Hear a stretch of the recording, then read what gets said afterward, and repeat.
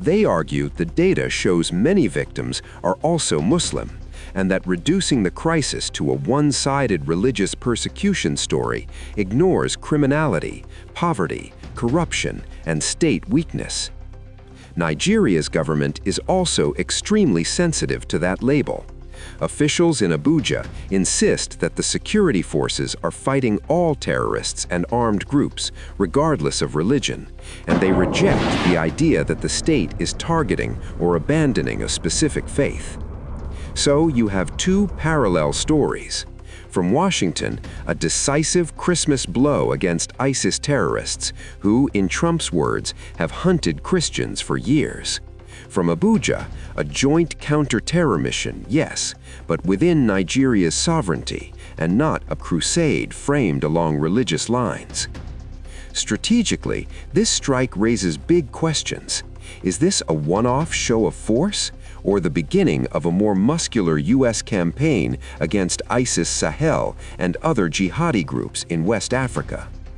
Remember, Trump campaigned on ending endless wars. Yet we now see U.S. cruise missiles landing in a new theater, Nigeria, adding to a growing list of overseas actions his administration has taken. For the Pentagon, the operation ticks a lot of boxes. It demonstrates capability. It reassures allies that the U.S. is still willing to act against global terror networks, and it avoids putting American boots on the ground. For Nigeria, it's a double-edged sword.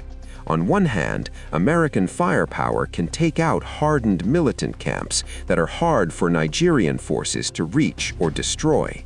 On the other, every foreign strike risks domestic backlash over sovereignty and feeds the narrative that Nigeria is outsourcing its security.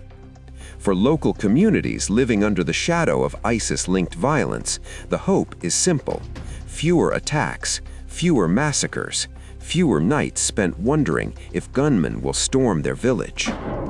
But counter-terror experts warn that airstrikes alone rarely solve the problem. Groups like ISIS Sahel are scattered, mobile, and embedded in difficult terrain. They feed on weak governance, unemployment, corruption, and local grievances. Taking out one camp or one commander doesn't erase the underlying conditions that allow these networks to regenerate.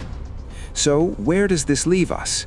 On Christmas night, American warships were firing, missiles were flying, and somewhere in the dark over West Africa, a column of fire rose from the ground where an ISIS